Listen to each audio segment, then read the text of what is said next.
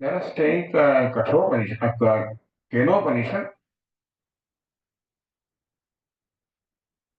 The name of the Upanishad is Kenopanisad, Kena Upanishad.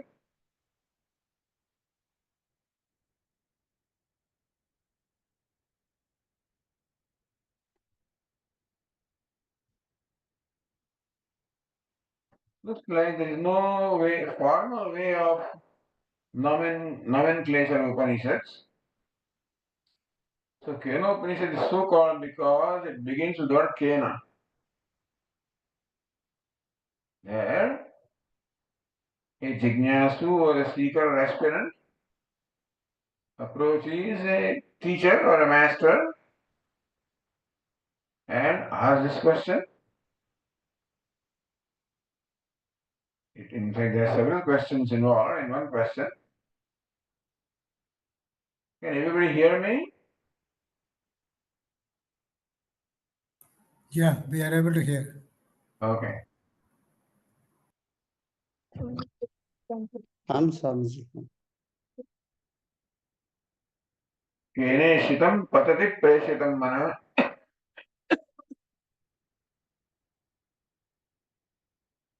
केन प्राणः प्रथमः प्रयतियुक्तः. The question is, what is that makes the mind perform the act of thinking? What makes the prana perform the act of breathing? What makes the eye see? What makes the ears hear?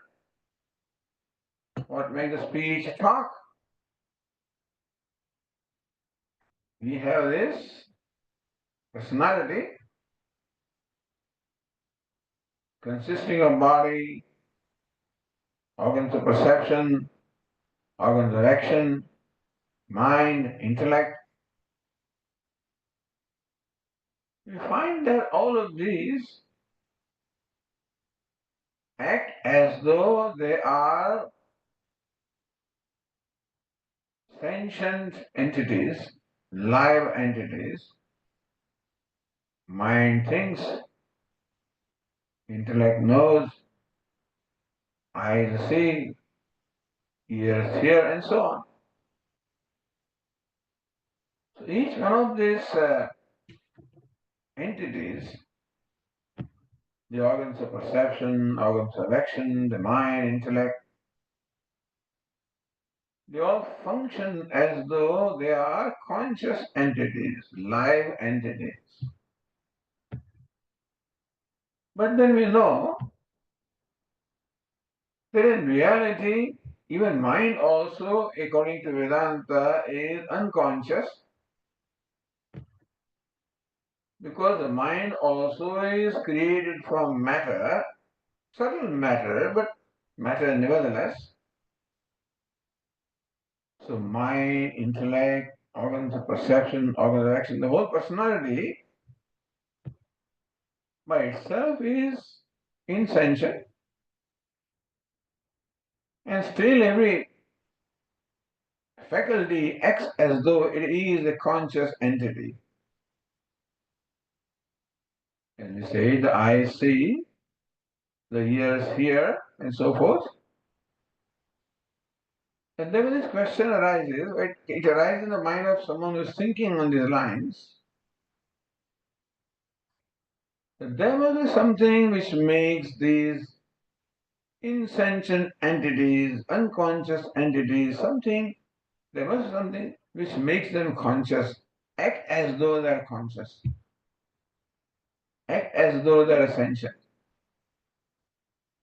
The mind performs the function of thinking as though it's the conscious entity. The intellect performs the functions of knowing, determining as though it's a conscious entity. And so also the organs of perception, organs of action. Therefore, the student on his own, on account of the exposure that he has, on account of his own deliberations, he has come to understand that there must be something which makes all these insentient entities function as though they are sentient or conscious entities. With the body also acts as though it's a conscious entity. Whereas we know that body by itself is unconscious. There's something that imparts consciousness to that. You say, Swamiji, the subtle body imparts consciousness to the gross body. Yeah, but then subtle body also is made up of matter. So there's something that imparts conscious subtle body also. So this is how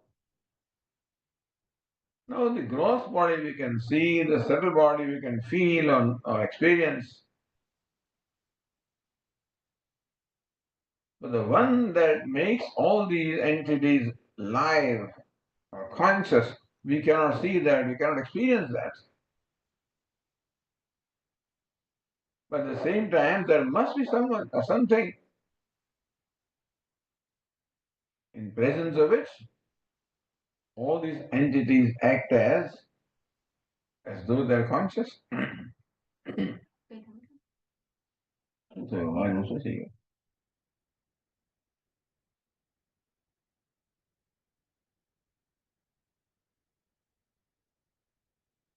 And so the answer is, of course, the self. Answer is Atma, the self, the consciousness, in presence of which the organs of perception, the organs of action, the mind, the intellect, all of them function as though they are conscious entities. They derive their consciousness from the self, which is consciousness by nature. But then consciousness or self cannot be experienced, cannot be felt, cannot be seen. So you yourself cannot determine what it is, what its nature is. Therefore, here the aspirant asks the teacher, what is it? Keneshitam bhatati preshitam mana. Desired by what? Commanded by what? Does the mind perform the function of thinking?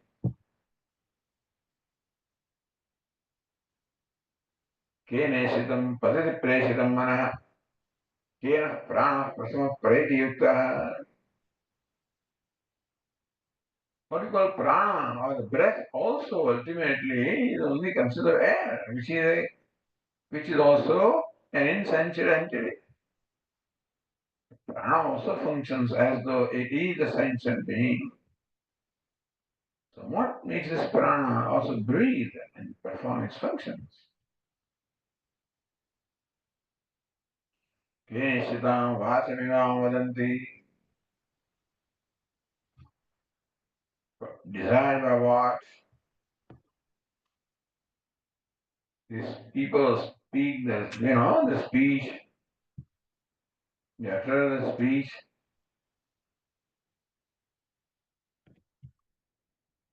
So this is a question on the part of the one who's really thinking, who wants to know, wants to understand. What's the secret behind the life? What's the secret behind our being? Or in other words, what is our true nature? Although that is not the way the question is asked, it amounts to that.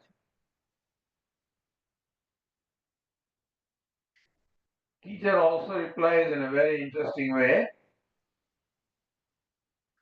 Shrotrasya shrotram manaso manoyat vachaho vacham so pranasya prana.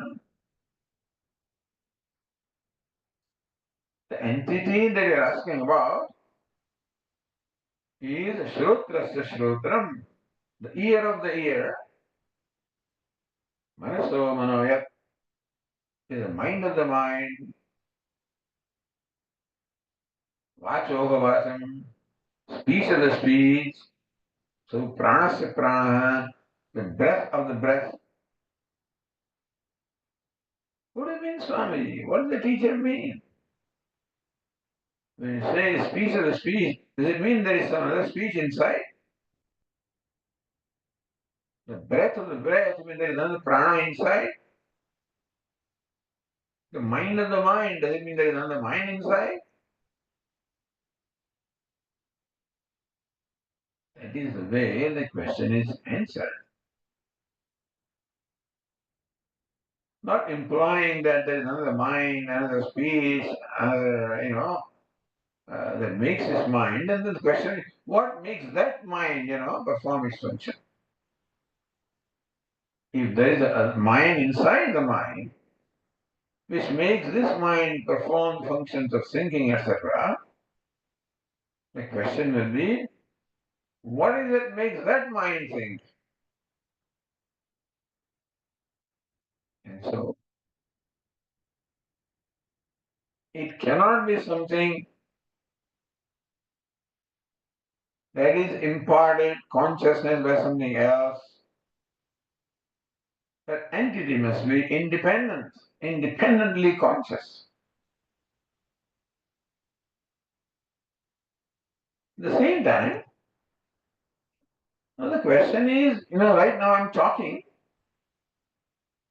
So who is talking?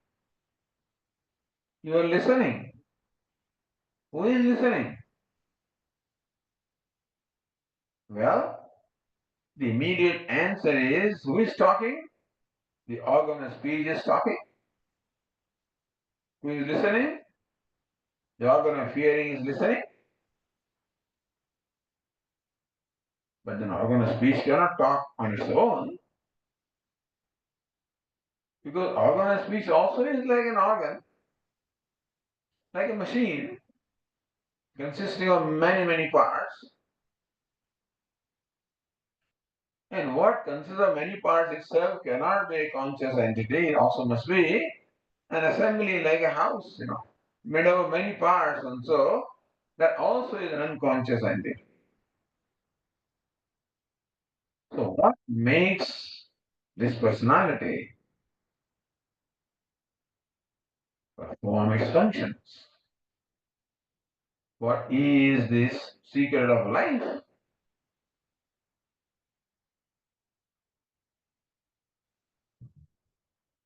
Answer is Shrotrasya Shrotram. It is the ear of the ear. Manaso Manoyat is the mind of the mind. Pranasya Prana, the breath of the breath. And that's also a very interesting answer. Looks like teacher is evading the main question and answering in some kind of a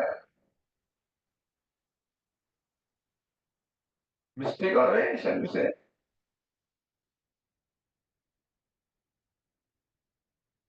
So student says, and then further teacher says, well, न तत्र चक्षुर् गच्छति न वाक् गच्छति न मनः. Chakshu means eyes or the organs of perception cannot perceive Atma, perceive the self. The Vak Gachati, Vak or speech stands for organ of action. Organ of action also cannot perform action on that. Speech cannot describe, hands cannot grasp, legs cannot reach.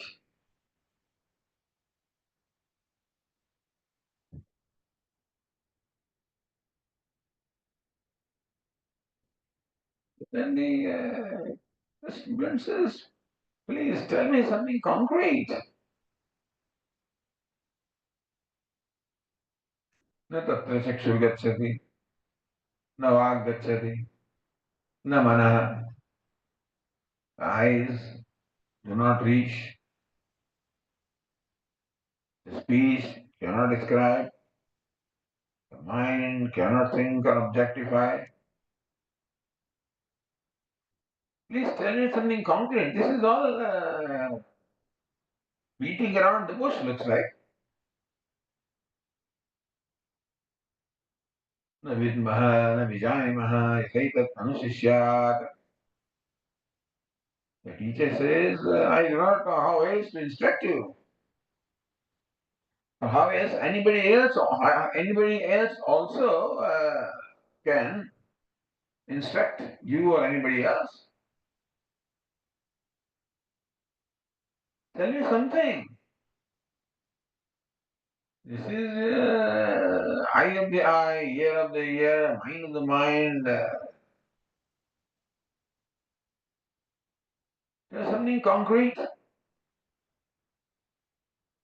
So then the teacher gives him a formula. Anyadeva tad viditat aso aviditat adhi. Anyadeva tad viditat. Tad viditat anyat eva. It is different from vidita. It is different from the known. Oh, is it unknown then? So aviditat adhi. It is different from the unknown also. See, very beautiful way of describing the self. Trying to describe the self. It is different from the known because now when you say known, the known includes everything other than you. Everything other than you can become the object of knowledge to you today or tomorrow. So what is unknown right now has the potential of becoming known. So between known and unknown, it includes the entire creation, other than you, of course.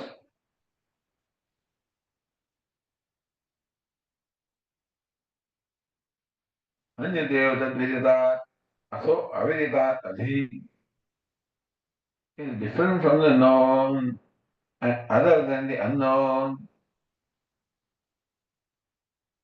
So if known and unknown include, cover the entire universe other than you, then who is left? Either you know something or you do not know something. Therefore, between them, these words known and unknown cover the entire universe other than you. It is different from the known, other than the unknown. Who else? Who is that? Different from known and unknown. It is you. Then why didn't you directly say you? The teacher could have simply said it's you. When someone says you, then I say I. Meaning that I will think that it is I that I think I am. Therefore, in this world, the teacher also is revealing the true nature of yourself. It's not the ego that is you.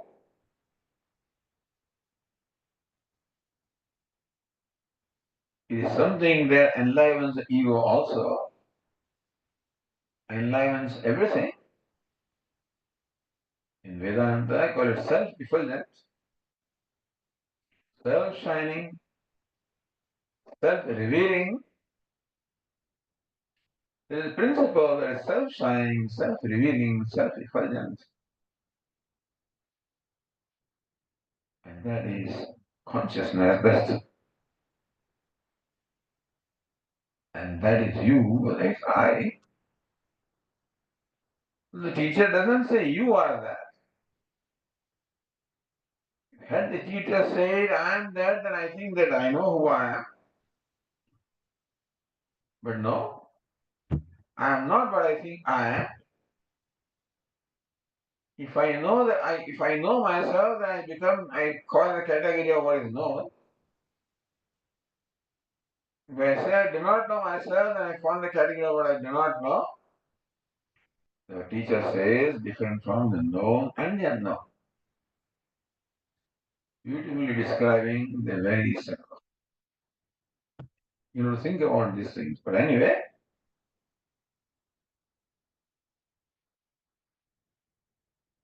so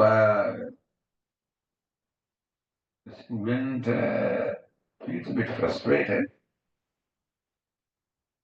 The teacher says, you have to think about this. Then the student must back, he goes to, solitude, contemplates, comes back to the teacher, saying, yes, now I have known, I have understood, I know. Oh, teacher says, Yadimanya says, that if you think that you know very well, then you know only a fraction of that sense, that entity called Brahman or self. Because whatever can be known or objectified is always going to be extremely limited. And Brahman means the limitless. Atma also means limitless. So when the student comes back and says, I think I know the Brahman or self that you have taught us. So the teacher says, Iti manyase svedeti lakshameva vinunam vedatvam brahmana rupam.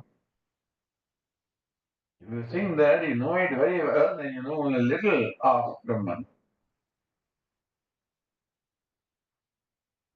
Asamimam shante, therefore you have to deliberate further. The student also does not get discouraged or disappointed, goes into solitude, comes back,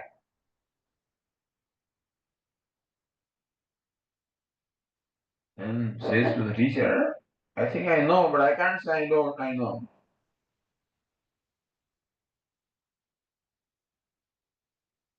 Ahamanye svedeti, nona vedeti vedasya. Ahamanye svedeti, I do not think that I know it very well. Oh, then you don't know. Nona vedeti, not that I do not know. Vedasya, I know also. I know also and do not know also. See, I know when I say that usually we mean an entity that can be objectified, like this entity. When I say I know this clip, the Atma cannot fall in that category. But then the clip is something that I may not know also, it can be hidden, but Atma is self-effulgent there, we always know. So it's different from the known and the unknown, because known and unknown, both of them only are different from myself. I am different from the known and the unknown. This is the way the teacher guides the student to contemplate upon the self, contemplate upon Brahman, and arrive at this knowledge that what I am seeking to know, that Brahman is none other than myself.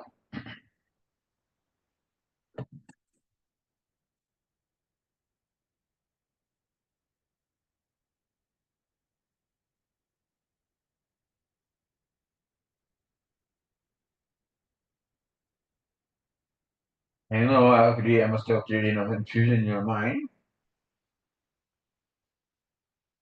So then Prachi gave me this Kenopanisad, for whatever reason. So instead of my continuing to talk, why don't I invite you to ask some questions and to maybe uh, seeking clarification on what I say or giving your views on what I say or whatever.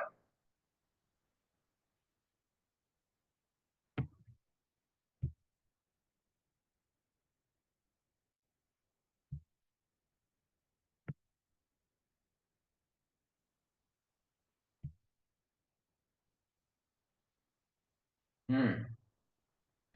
Uh, Anybody has any questions? Please unmute and you can ask Swamiji. Hari Om Swamiji. Ah, I have yes, one yes. question. Like, Hmm. sorry, my fan might be bothering. Let me No, switch it off. But no, you're okay, no You're problem. clear. You're Yeah, clear. yeah. so, so Atma illumines all our thoughts, right? So even if it is bad thoughts, Atma just illumines, right, Swamiji? Mhm. Yes. So, so to work to make our thoughts good, so we have to work on it. Atma is only just illuminating. Hmm. Yes, Right, Atma Swamiji? does not oppose good or bad. It means it transcends good and bad. It limits both good and bad. Unopposed is unopposed to good or bad because it transcends both good and bad, unaffected by good and bad, and therefore we have to work on our bad things to transform them to good. Atma unfortunately Okay, doesn't do that for us. okay, Swamiji. Okay, thank you. And one more question, Swamiji. Hmm. So, so there is no way to know Brahman, Swamiji. Like we cannot quantify Brahman, Mm-hmm. right, Swamiji? Like we cannot say I know Brahman, right, Swamiji? That's what you're saying, right? Like Yeah, that because you Brahman is are, Brahman. right now, you have a certain concept of who you are. I am Madhu, that's what you take yourself to be. So when we deliberate upon what this Madhu is,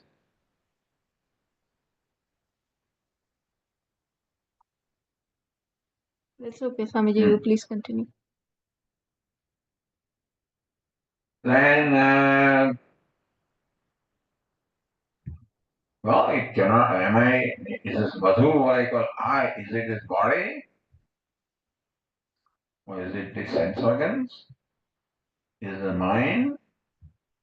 Is it the intellect? All of these are objectified by me, and I am the knower of body and the knower of the mind and the knower of the intellect. I am different from that.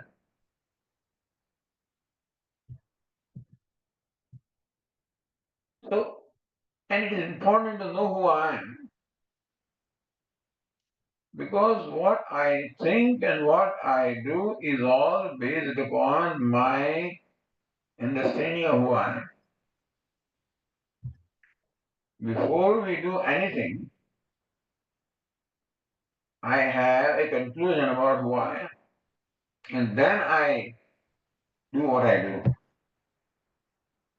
Therefore, this understanding of who I am is extremely important. As that changes, and all my vyavahara also changes, my life changes, everything changes. The reason why the Upanishad directs our attention to the self is because it is the most important thing to know in our life. Because we think that we know ourselves. Therefore, who am I? That question never arises. I know who I am. Unfortunately, my knowledge is not right.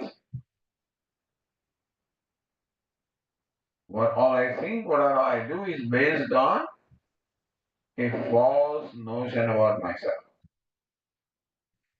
And that is why the life is not satisfactory. We do become happy now and then. Again, we are struggling. Because we basically not only do not know ourselves, we know ourselves wrongly. Therefore, what we do all is likely to be wrong. And so, this another Upanishad also help us know what the true nature of myself. That I am not the ego. I am the one that is the content of the ego. The consciousness which illumines my personality.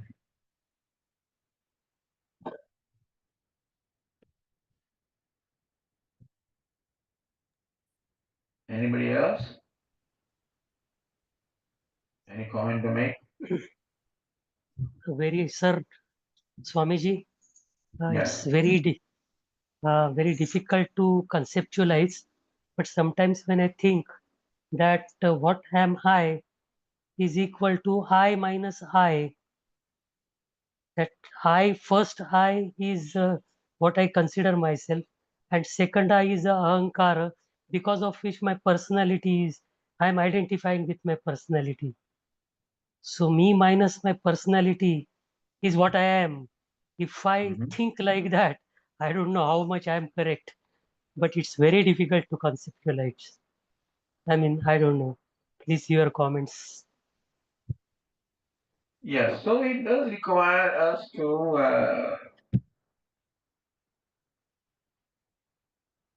focus our mind. You can turn your video on so that, okay, yeah.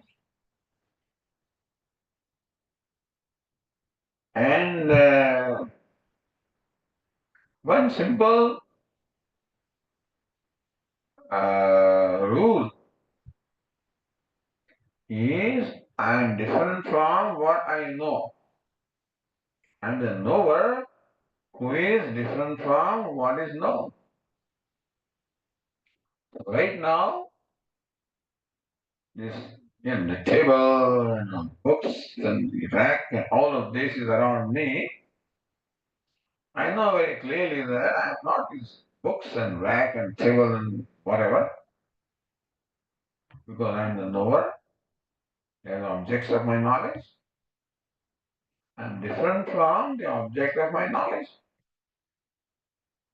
Next question is this body known to me or not? Is this body an object of knowledge or not? It is. So I have to be different from the body because body is known to me. However, eyes and ears and all of the organs of perception, they are also known to me. Even the mind also is known to me. The thoughts are known to me. The emotions are known to me. My conclusions are known to me. So that's why the mind I cannot be. The intellect I cannot be. Even the limited sense of I also can, because I am in a way aware of the limited self.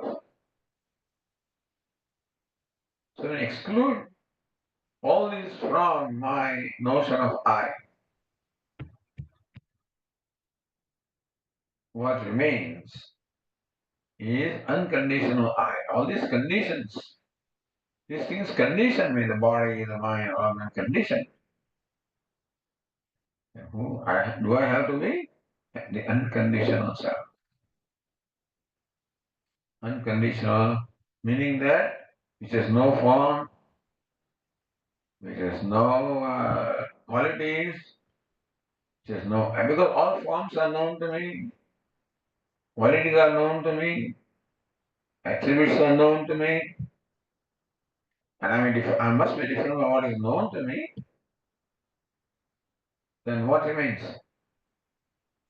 The knower, even that also consider two parts.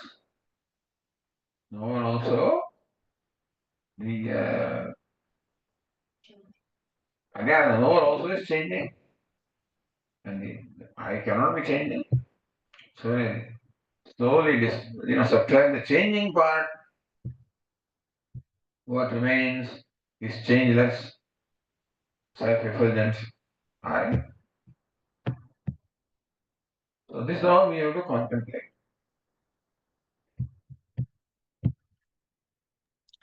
Requires lot of chintan. Chintan, And exactly. mana. Yes, yes. So you should take out some time every day to reflect with the help of this Upanishad. And there are other texts also. But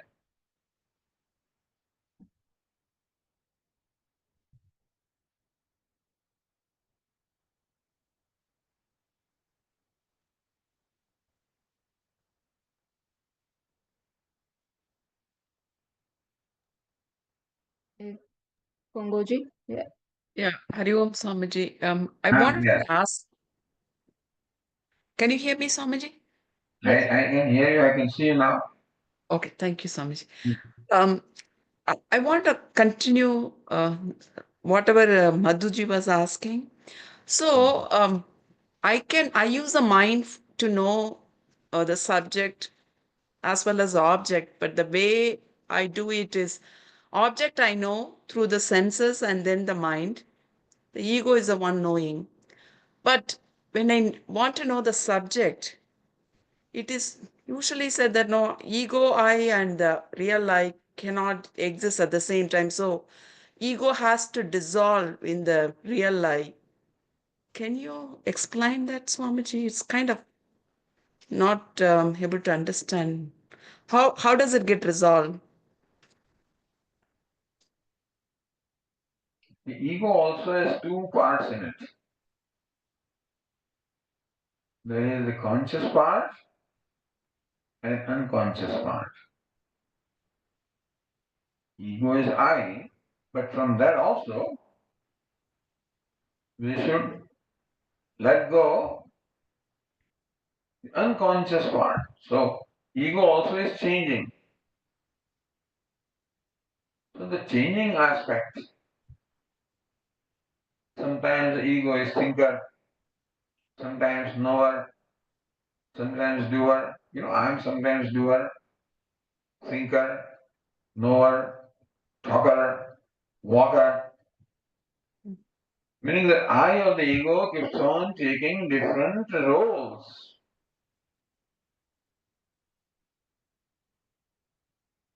So in all this, Upanishad says, Prananya pranamavati vadanva question chakshuhu shruvan shrotram manvanavana. Upanishad says that the self entered this body. And now when it breathes is called the breather. When it thinks is called thinker. Knows is called knower. Talks is called talker. So he keeps on changing, takes different roles. Karma naman, these are all the functional names. I'm a speaker, I'm a thinker, I'm a talker, I'm a walker. So these are functional names, meaning based on the function that I perform. When I perform the function of thinking, I'm called thinker. When I perform the function of speaking, I'm called a speaker. When I perform the function of listening, I'm called a listener. Karma namani, these are all functional names. There is an entity who, when performs different functions, gets functional names, like an actor. Depending upon the role that the actor performs, gets different names. So I also gets different names, like the thinker, talker, walker, depending upon the function that I perform. So who am I really? When you remove all the functions, as far as actor is concerned, performs various functions. When those things are recognized and let go, what remains is the one that is behind all the functions, itself, in presence of which all functions take place. And that is I am in the Vedantic language, Asti Bhati Priyam. Asti, I am. Bhati, I am conscious. Priyam, I love myself. So ultimately, the one who plays all the roles is reduced to Asti Bhati Priyam. Sat Chit Ananda. Thank you so much. It's Yes. very, very clear. Thank you.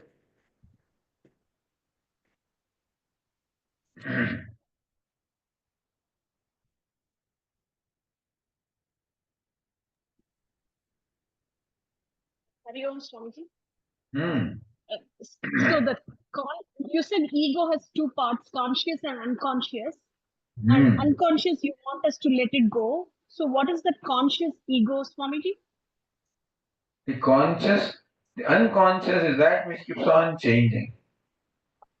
The ego is now a speaker, or hearer, or thinker, or knower. Is ERR, thinker, knower, speaker. They're all different roles. When you let that go, what remains is simple I, what we call the unconditional, or without any attributes, without any attributes, without any form, without any name, in presence of whom all names and forms and attributes and roles, they all come and go. With our witness all of them, what he witnesses keeps on changing and he remains. So that's what I meant by the two parts. The one is changing part, other is the part that does not change. What does not change is the real nature. Whereas changing is not called real, it's called changing. You can call it mithya, but I won't use that word, changing. Okay, thank you so much.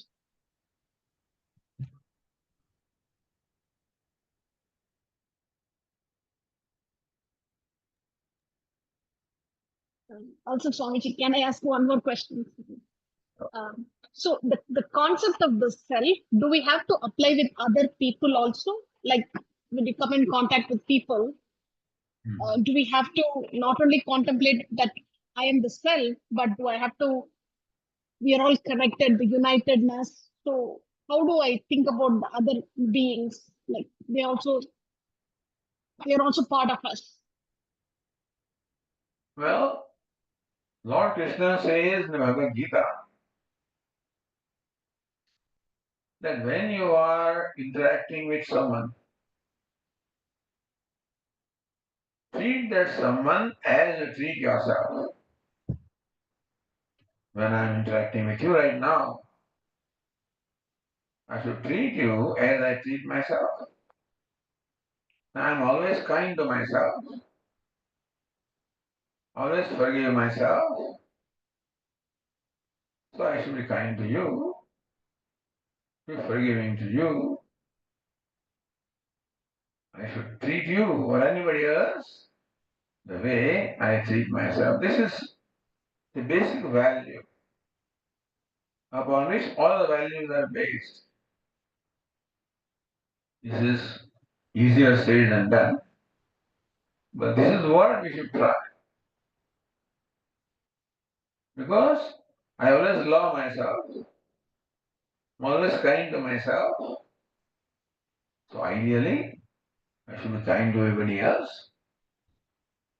Ideally, I should love them. It's a value. And we have to try to slowly live up to that value.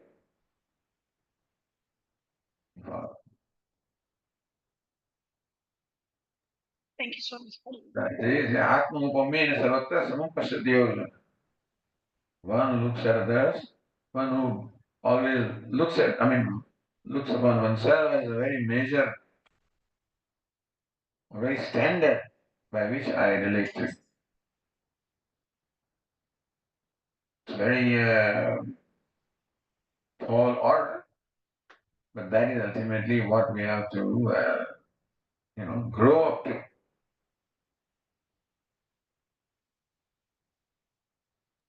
Thank you so much. Okay.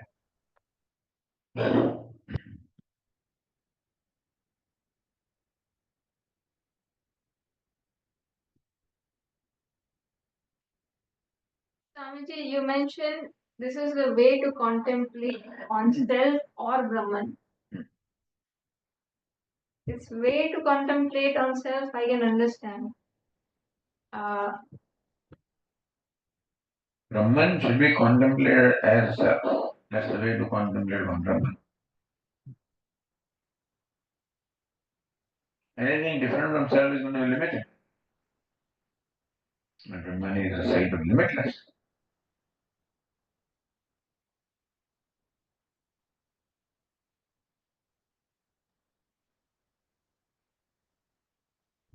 Anyone else has any other questions? Can I Hello, ask a follow-up? Mira? Okay. Yeah. So Swamiji, you said to contemplate upon the self as Brahman, but instead of that, if I were to just contemplate as not being all these roles, that in itself, is that sufficient? Because it does provide solace in contemplation versus saying I'm Brahman, which honestly, it is hard to think of it that way because it's just a word versus me saying when I'm contemplating saying I'm not all these roles, and then that itself is very peaceful, calming. Obviously it doesn't last long because it's only lasts till I'm in the contemplation in nididhyasana. But does that work? It works. You can also say your love, Hmm. your happiness, Hmm. something that you are familiar with. Doesn't even Brahman amount to saying that, but then say that your love, your happiness, your kindness, your gratitude. Each value ultimately means the self. Yes. Hmm. Easier So, to relate to those things then, yes.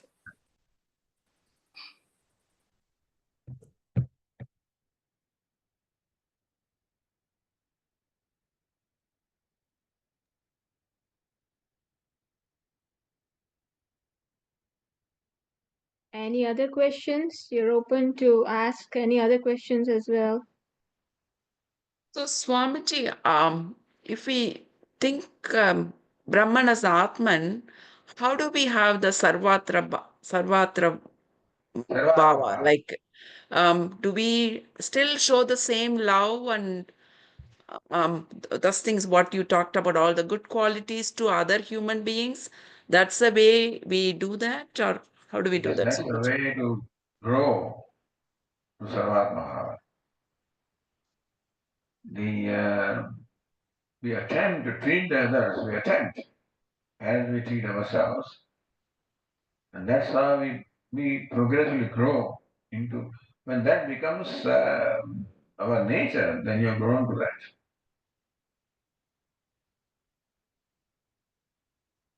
Thank you, Swamiji.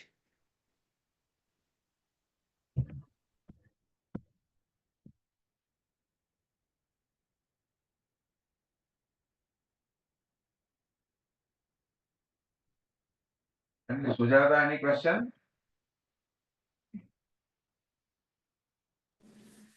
Swamiji, the thoughts just keeps on coming, and you really want to remain happy all the time. That's the goal by learning all this and everything. But then with all the thoughts, sometimes you are happy, sometimes you are not, and all the things that's going around in the environment also affects your your reaction to that. So yes, like doing satsang, doing prayers, listening to your talks does help to calm the mind, but then we have no control of thoughts that come constantly coming. How do we try to minimize that? I know we cannot, it's not in our hand to stop thoughts that come, but then at least there should be, we can try to minimize. How do we do that?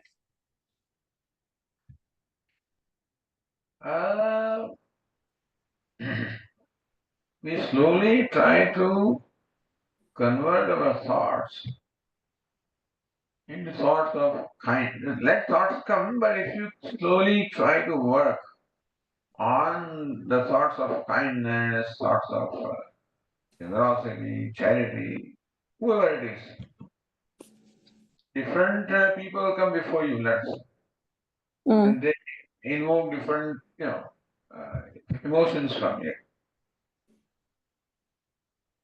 Ideally, in each interaction, we try to bring this value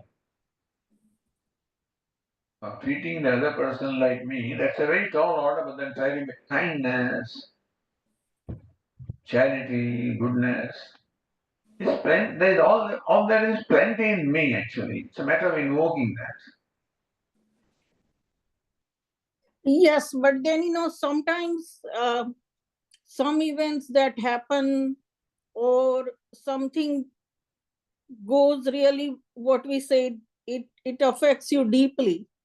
And then as I understand, it becomes sanskar that also you carry. So how do we resolve any situation if we are conscious enough that, okay, this one we should not be carrying this in subconscious mind? How do we try to resolve that towards that, or how do we work towards that? If I say this in the words of our Pujya Swamiji, Swami Dayananda, he used to say, try to think of the person behind the behavior. The behavior which we come across, there is a person behind the behavior. So you may confront the behavior of aggressiveness, rudeness, or something that is unpleasant to you. And generally, we relate that far, but also that the person behind the behavior. And the person is different from the behavior, because even a person who looks aggressive, hurtful, is actually a helpless person. Yes. Understand that a happy person can never hurt others. Yes. A happy person will always make others happy. A person in pain, a hurt person alone can hurt others because it doesn't know how to handle or how to process that hurt within. When a person does not know how to process that pain within, the only way that ordinary people do is to give pain to others. So even if someone who gives me pain, if I deliberate upon that who is the person behind this painful behavior? Who is the person behind the hurtful behavior? You will find that is the person in pain. You may So not have given the pain. Go ahead. So like at that point when somebody hurts you deeply, and then so the event happened and you are hurt, but then you really don't want to carry that further and live with that. So then at that point, if you start thinking about the person behind it, and kind of show compassion, or like say that, okay, that person, I have a pity on it because, he has acted that or she has acted that because of his prarabdha or our karmanubandha. No, because of the pain in the heart of the person. I The person has acted like this in a hurtful way. So the behavior of the person was hurtful to me. So person has acted in a hurtful way. But a hurtful way comes from inner pain. Because they say the person who is happy can never hurt anybody. A person who is in pain alone can hurt to others. that. Does that help me? That is my question. It helps you because you realize that that's a helpless person. One who is outwardly aggressive and hurtful Yes. is inwardly a helpless person. Yes. When you see the helplessness, then your sympathy will be aroused. Yeah. Yes. So it takes time, but then if you keep on thinking like that, it should resolve, right? Am I It right? will resolve and will slowly become your habit, become you. Okay. Okay. Yeah. Thank you, Swamiji. Also, isn't it also that until we resolve our hurts, we are not comfortable with ourselves, and so that's why it's also so important to resolve that hurt. Yes. I'm asking that it's important to resolve our hurt. Yes. Yes. Yeah. As I say, when we look at the person behind the behavior, the person has hurt me. But if I look at the person behind the behavior, I'll find that is also a hurt person in pain. That will arouse my sympathy. No happy person can hurt anybody. And unfortunately, there's a lot of pain around in the world, which people do not know how to process.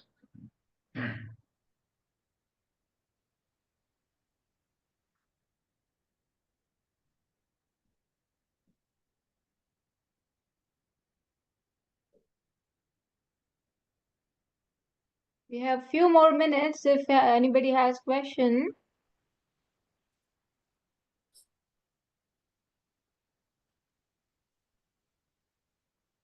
Otherwise, we can close it. Swamiji, one more question. Yeah. Regarding the ego, you said that the conscious ego and the unconscious ego. So, to understand that more deeply, we have to really listen to the mundaka. There are two birds, one sitting, and then other one is like going around. So we have to understand that more clearly. Is that right, Swamiji? But as I said, ego is constantly changing. Now a talker, now a walker, thinker, hearer, happy, unhappy, etc.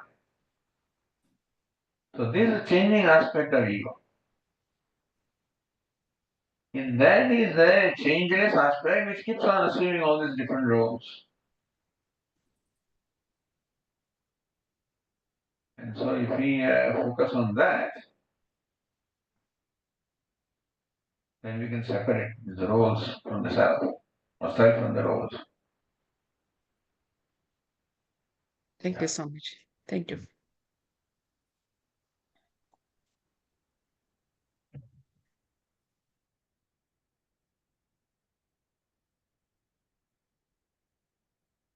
So, thank you all of you for participating, and thank you, Swamiji.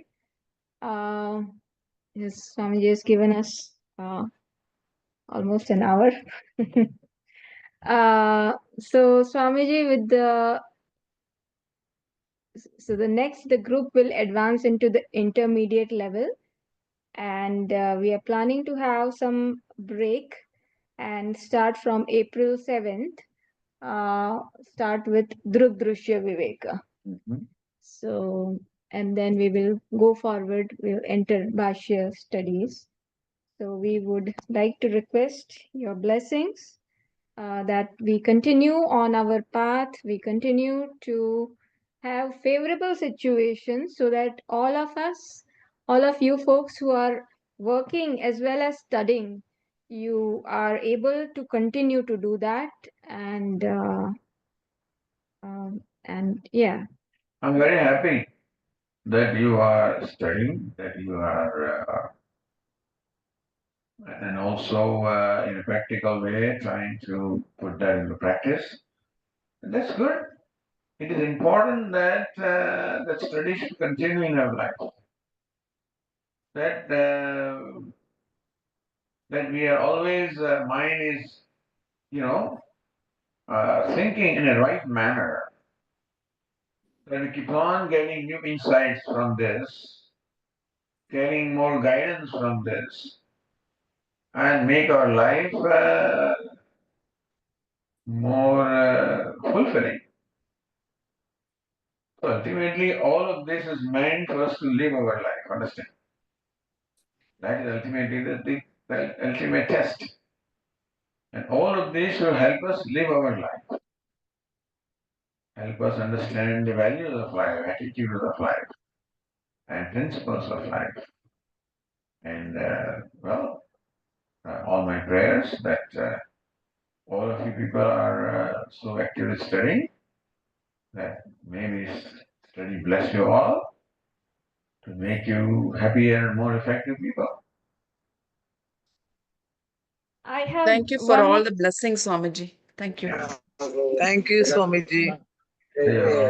Hari Om I have Swamiji. just one more question, Swamiji. As as, as we continue into Bhashya study,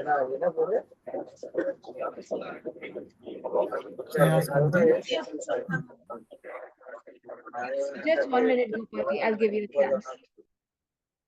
If everybody can mute just for a second.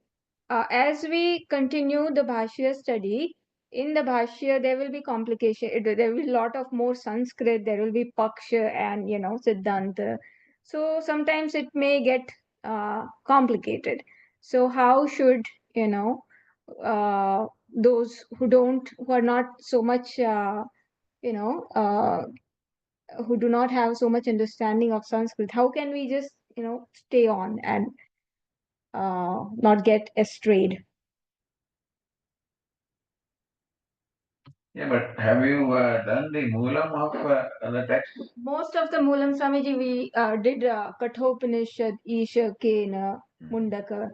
So we are looking into Bhashya of those only. Only Taittiriya is something that we haven't looked into, and that will be the last section. So all of the other ones we have looked into the Moolam. So if situation happens like that we get confused, we can resort to then the Moolam and then make sure that we are connected with the main message of the. Yeah. Because Bhashya may not be that easy always. So Swamiji, one modification we are doing in the next session is instead of waiting till the end of the text and summarizing, we will do a weekly meetup. So Monday to Thursday we will listen, Friday we will meet and we will just interact with what all we listened and what did we gather from it. So we will have more frequent sessions, interactive sessions. So that way, if there are points where we may get confused with Bhashya, it brings us back. Okay. But other than that, if anybody gets confused with Sanskrit or the complications, we can just stay focused on what Swamiji is saying, even in English, and that should be fine, right, Swamiji? There is a publication of the Bhashyas, where Bhashya on one side and English translation on the other side. Have you ever seen that? Swami Gambhirananda ji? No. Okay. Like Gita Press is Hindi. Huh. Just speak Shankara or something. Okay, I will look into it. Mhm. So if something of that sort is available digitally or even hard copy, then we will take help Yeah. of that. So then your translation, right? Of the right, Bhashya of Bhashya, huh? in English. In English. Oh, that's very nice. Yeah, yeah. Because there are some people who are not good with Hindi. So we need English as a translation. Translation, yeah. As a Not translation. transliteration. Huh. Mhm. Yeah. Okay, Swamiji, that would be very helpful. Gopalji wanted to say something, so I'll just Yeah. Yes, Gopalji. Swamiji, this is the first time I'm listening to your speeches. It is more than 1 year. I am very happy about that one. I have to do a lot of Shravanam, Mananam, and all those things, and Chintan before asking you some questions and other things. So that is the reason I could not ask you any questions. Mhm. But I'm very, very happy to listen. Very good, very good. All the best. Gopalji, when did you join in our group? You joined in Bhagavad Gita, right? Which chapter did you start with? I think it is about this is the Kenopanisad that time. Oh, you started with the Upanishad itself. Yeah, Upanishad come and Bhagavad Gita. Alternatively, you have been doing it that time. Okay. Okay. Okay. Yeah. Swamiji, Hmm. I feel like every question is answered by you in one lecture or another. It's just a matter of us applying it. So seek your blessings.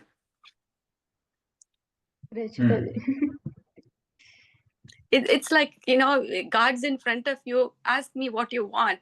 Feel like all the answers are in the head. It's just applying it, when the situation comes up, not getting carried away and saying, okay, this is happening to my mind, my body, that's not me. Distancing ourselves from that and staying and calm, it's so difficult. I need your blessings in applying that. Yes, yes, yes. Yes. No, you're right. You are very honest in what you are experiencing, and this is essentially what is the question that everybody has. But Pujya Swamiji would say two-step response, meaning that try to create a distance. A first thought comes to say something, do something. Just wait for a second. Yeah. Yeah. And then you have a little leisure to decide whether you want to do that way or not. There's an impulsive response and there's a deliberate response. More often than not, we display impulsive response. Later on, we may regret what we said and what we did. Therefore, first is impulsive, take a second, a two-step response. One-step response is impulsive response. Two-step response is deliberate response. So as best as anybody can, try to be deliberate. Keep a distance. Don't right away jump. Tell your mind. Take a little, get a little distance before you respond. Yeah, all right. Thank you. Rachita ji has been very sincere and very thorough in her summaries. Last 2 months or so, she was having difficulty at workplace, so she was not able to continue join in the group and summary. So she would sometimes send me a message that Prachi ji, I'm not able to. So I could see that frustration that this is what she's looking up to, she wants to do, but she's helpless that she's tied up in work so much. And I'm sure this is many times Pungoji also had to face similar situation, and most of people are working. So this is having family. Yes. So it is yeah, balancing, juggling. It's juggling. And also is quite a challenge. Yeah. Yeah. family has been not a problem. Kids are older, done with college and stuff. But it's work. It has taken 16-hour days, 18-hour days from my life. So just seeking your blessings so it all ends and I come back to learning. That's all. Yes. Right. Thank you. Okay. So, well, thank you again, everybody. One request: those who joined just in between with Bhagavad Gita or something, I would request now that a new beginners group will start. Please also join in the beginners group. You can continue with the intermediate, but please also join in the beginners group so that all the basic foundation, Tattva Bodha and the Moolam, that part is clear. So that is just a request to those who start in between. Yeah, sure. Okay. I think Madhuji has already joined. And yeah. Yeah, I have also joined. Ha. I will be also joining, madam, because Tattva Bodha and all I have not attended before. Yeah, that will be very helpful. So you can continue with the intermediate group, but this also will be helpful. So one we question, Rajiji. So for the intermediate level, we have Panchadashi, right? Chapter 15. Swamiji's recordings has got 300 something classes. Is it the one in USA, what he did, you are going to do it, or we are going to do a different thing, shorter version of it? We have what we have, which is the US Sailorsburg version. Yeah, Okay. 300 hours. But that will be at the very end. We are not going to do Panchadashi right away. Okay. So we are going. Are we? It's not in the order that I have sent you. So I will be selecting. So after Drugdrushya Viveka, we will do a bhashya, Upanishad bhashya. We have completed 4 sessions of Brahma Sutra. Are we not continuing further on that? No, I think that is enough for beginners level. We had a Why, very. it was so interesting, and Swamiji, I thought that it should keep continuing all the time, you know. So thought-provoking and mindfulness it gives. I'm They have very thankful. requested that we should continue. So let us see how it works. Yeah. Let us all pray then that it continues. What else can we do? Right. Yeah. Okay, so I won't take Swamiji's further time. Just we will end with prayers.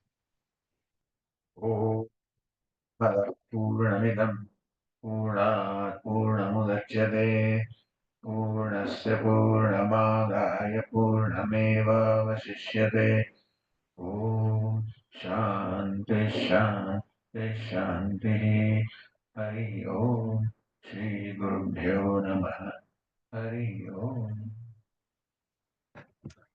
Hari Om, everybody. Swamiji. Swamiji.